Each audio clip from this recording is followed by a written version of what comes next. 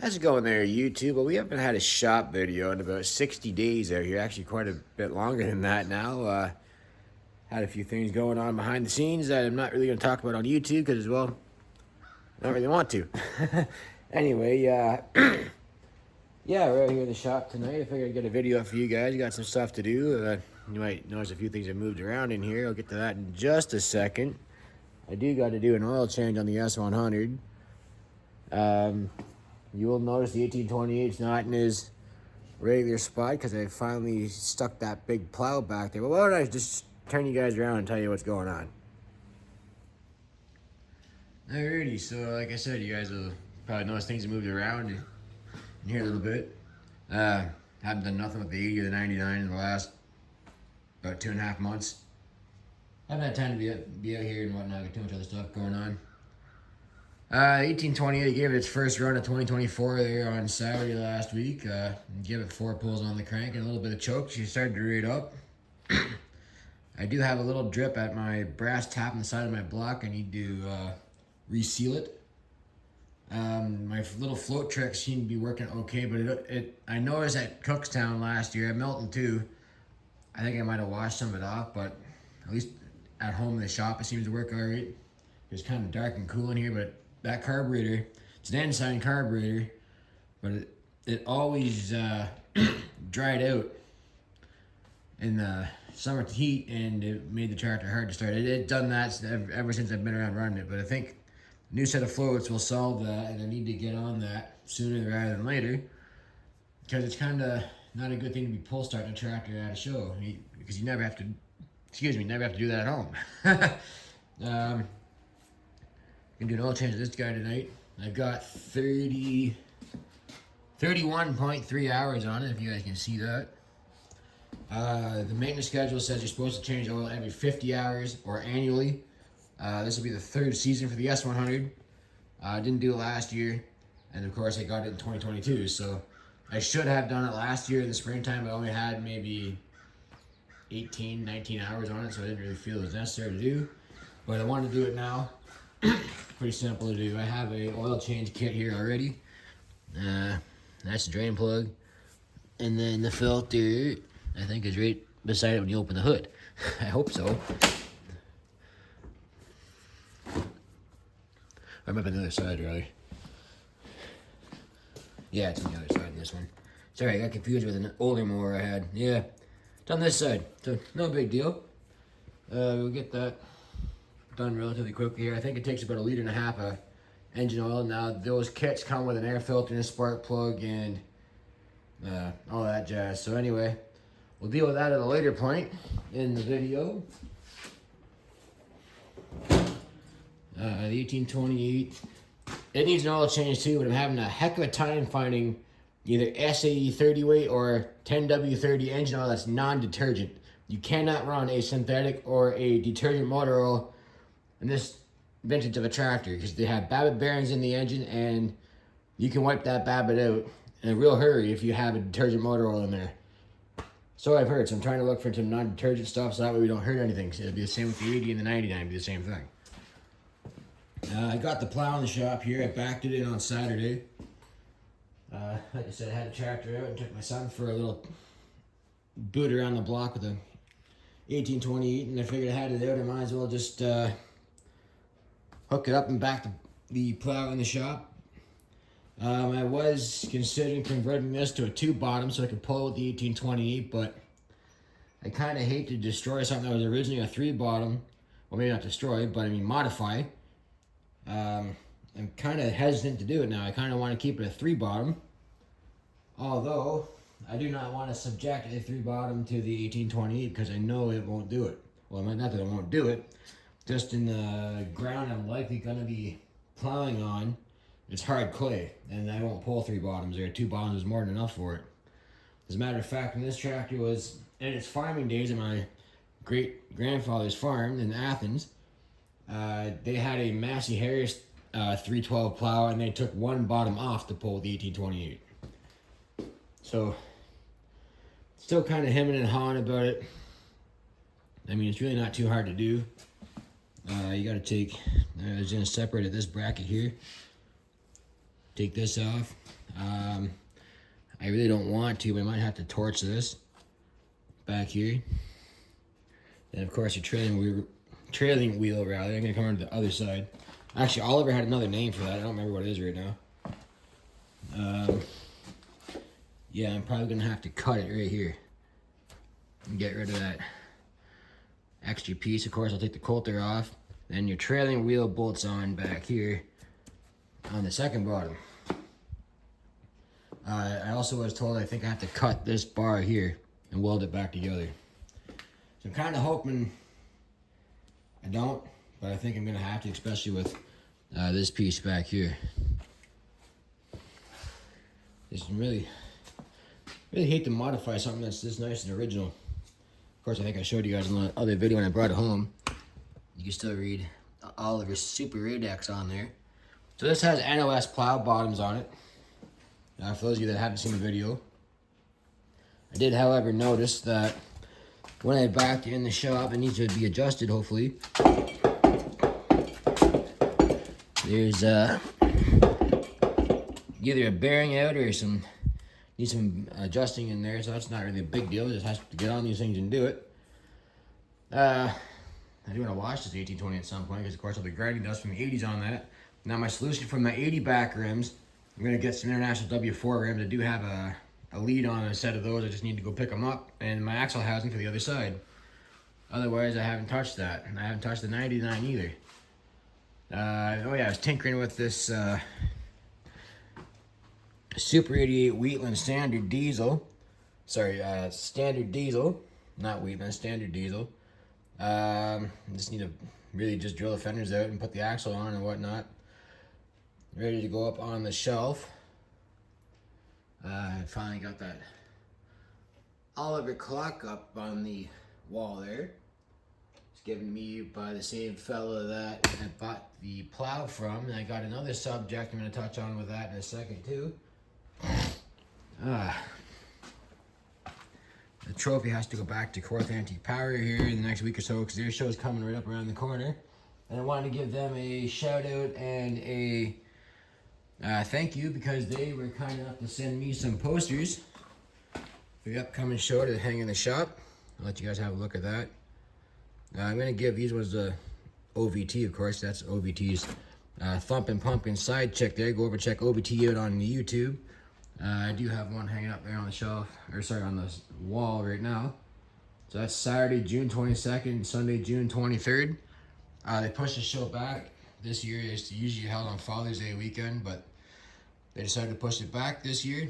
I have reached out to some other clubs about getting some posters or banners or some kind of advertising to hang up in the shop here because I kind of think I should use my YouTube channel to help promote our clubs and not to say they need the help, but I want to, you know, when I make my videos in the shop, it helps advertise for the show. So I think it might be something that's worthwhile doing. So if you have a poster or a banner or a sign or something that's from a steam show club in Ontario, send it to me and I'll hang it up in the shop here. And whenever I do my videos out here, you guys get a little bit of advertising. I do have some literature I filed away. I did receive a little bit more stuff. I'm doing some filing in here. I've been organizing a few things. I got my John Deere stuff and case stuff and Oliver stuff here in the back. This is, of course, I recently subscribed to the Heart Part Oliver Collectors Association and get their book, so I'm a member of that now. I moved all my Oliver stuff up here now too. I did receive a couple of Clee-Track books here. I also organized all the books I got for the traction in the shop. They're up here now too, so I got all my manuals, all my literature. All of it's in one spot now. Of course, when I've moved twice since I've had these books, and they've kind of just been put in random spots, so nice to have them all in one spot again. There's a book for the 99. Here's all the Oliver serial numbers. The Goodison book, I think I showed you guys in the last video. Give me 1 second here. Yeah, a bunch of this Clee-Track stuff came in here a little while ago. And then I also picked up off eBay a couple weeks ago. I want to show you guys because this book trying to think of the right word to use, my kryptonite maybe. The Super 66, 77, and 88 book. I've tried to buy this book 4 different times, and every other time I've bid on one, it's gone for over $100 Canadian.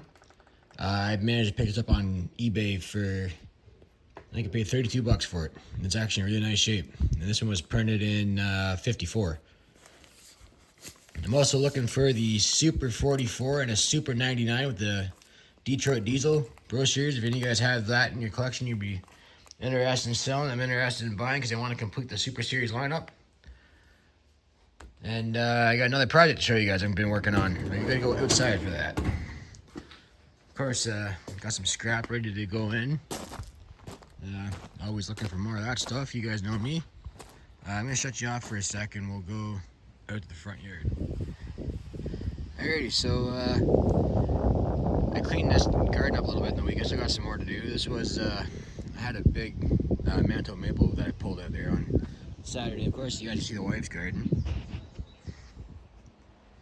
Oh yeah, all nice and done. Got some stonework, new fresh mulch and whatnot.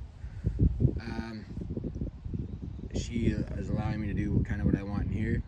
She's gonna put some sunflowers and whatnot in here also. But I had purchased from the same guy I got my 3-bottom plow from, a Oliver, I think it's a number 2 subsoiler, and I'm gonna put it in the front of the rocks here, and I might either do some stone or she wants to put some mulch or something down there too. So it should look pretty nice when it's done, and I don't think I'm gonna paint it right away. I'm gonna leave it in original condition, and maybe when I paint the big plow in the shop there, we'll do the subsoiler at the same time. So stay tuned for that. I was originally looking for a walking plow, but the same fella I bought the subsoiler and the 3-bottom from has one. You guys says, I have one, but it's not going to go outside.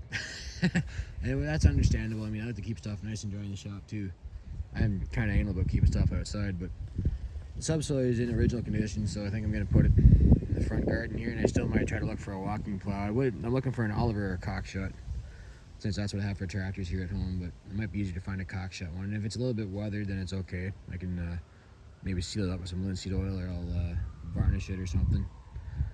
Try to keep it looking nice, but it's kind of where we're at for that. I had suggested to the wife too, I wanted to find an old hay rake wheel or something like that and half bury it in front of this rock here. So she wasn't on board with that, but hey, you know, it's okay.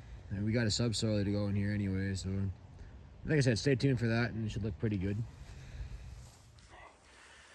Alrighty, I apologize, my mower is not quite as clean as the rest of the tutorial videos on how to change your engine on your John Deere lawn tractor, but I've got some wet ditches here I've had to mow recently, and well, you guys can put 2 and 2 together.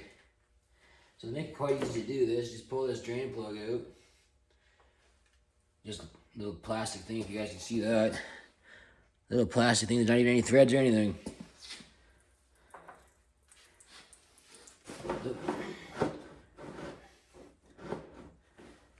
My drain pan's too big for my mower.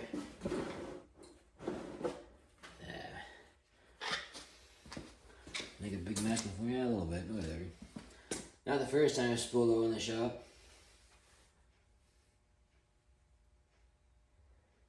Doesn't hold that much, it only holds like 1.5 liters of engine oil, so I'm really not too worried about it, even if I did dump it all over the floor.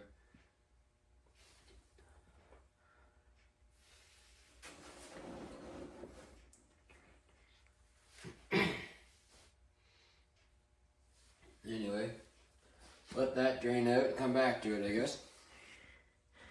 I wanted to show you guys real quick too, and I meant to do it a bit earlier. See that oil on there? It's still pretty amber colored, but even with 30 hours on it, hardly you just starting to change color. So, and I've never changed this yet in the time on the tractor, so. I don't think it was overdue to be done, but they say that oil does break down and lose its lubricity characteristics when it sits for so long. But I've always kind of just gone by the maintenance schedule, but I figured this is the 3rd season for it, so might as well just do it. I have the kit here to do it anyway. Got a spark plug and an air filter. No, that might not do all that tonight, but and a fuel filter, but I might not do all that just yet, but we'll do the oil change tonight and maybe do the rest later. Yeah, it's pretty well drained out now. Like I said, not very much oil in it anyway.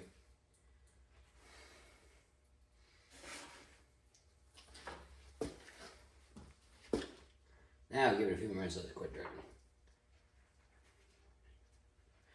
I'll wipe this out or something.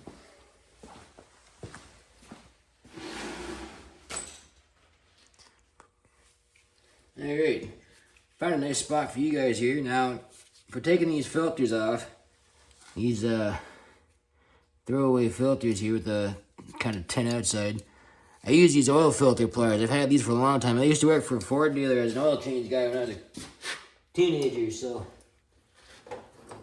they come in handy. And I really only use them for the truck and this now, so.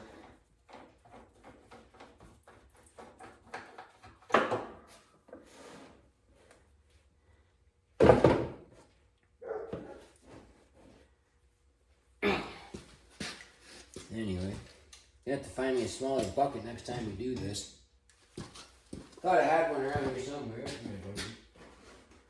the filter there. Very important step here.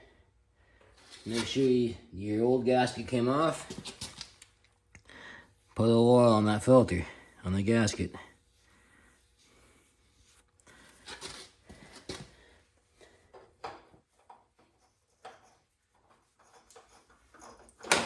I always believe in using the OEM filters. Doesn't matter if it's a lawn tractor or your pickup truck. I've always used it. If it's a Chev truck, use your Chev filter. If it's a John Deere mower, use a John Deere filter. I usually have to give that a little bit of a tight with a rag. Wrap a rag around. It says put these hand tight only.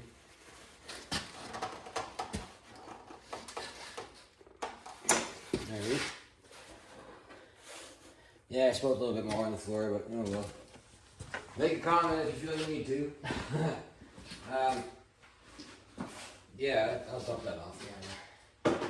Anyway. Don't mind my neighbor's kid on this four-wheeler next door. It's kind of annoying, but it's not like he's out there all the time with it. Anyway, this calls for, well, 1.4 liters, but a liter and a half should be alright.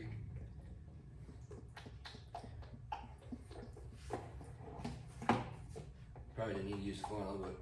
And yes, I washed the funnel out with a little bit of brake clean before I put the new oil in, don't worry. Has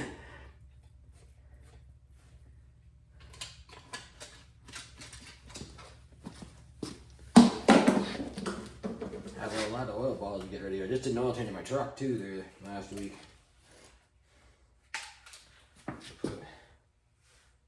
Well, we'll go by the book first. We'll go and do 400 and we'll do 0.4 liter first.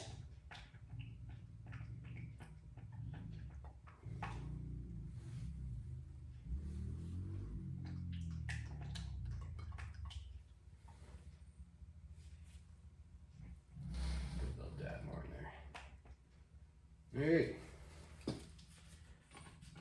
Now we'll start it and that'll prime the oil filter. And then we'll check our level and we should be good to go.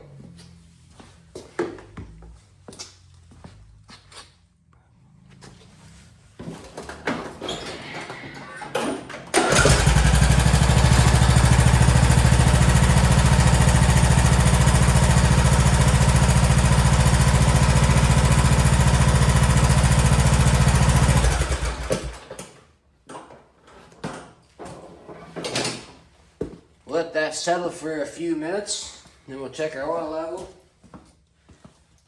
I do kind of have my own oil disposal set up here. I have a bucket for filters. This bucket's kind of half full of used oil. I dumped my drain pan into this one. I actually just took back about 50 liters of used motor oil to Canadian Tire there on the weekend. I had about, I don't know, 4 or 5 washer fluid bottles and pail of that like that, and adds up after a while when you do your own oil change at home, of course. with the tractors and the lawnmower and the truck, it adds up pretty quick. Alright, it's been 3 or 4 minutes. Let's see what we have. Jesus, so clean I can't even hardly tell. Check it again. It's gonna be a little bit off because you just use that oil fill hole to fill up. There you go. You're pretty much bang on the stick there.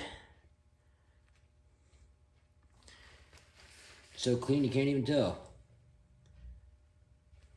Just a little bit of shine. Anyway, I signed this video off for you guys. Got a bunch of editing to do now, of course, and hope you enjoyed my little shop update. Sorry I've been absent, but things do happen, and it is what it is. So anyway, I'm gonna go get this up for you guys, and I'll change the air filter in this thing kind of off camera because it's not really rocket science to do it. So have a good night, guys. I'll talk to you later.